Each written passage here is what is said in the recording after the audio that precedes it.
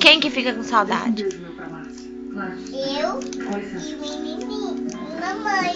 E aí, faz o que quando fica com saudade? Trabalha, vai no hospital, trabalhar, depois. E aí, quando chega em casa, o que acontece? O filho mexe com fogo.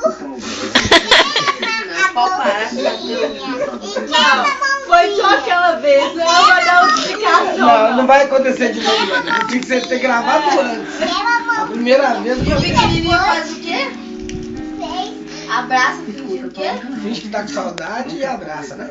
É assim, não. Ó, Mas ele tá assim que finge. finge que tá com saudade.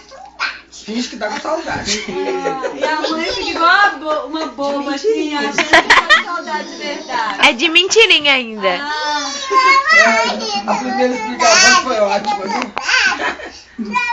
Saudade.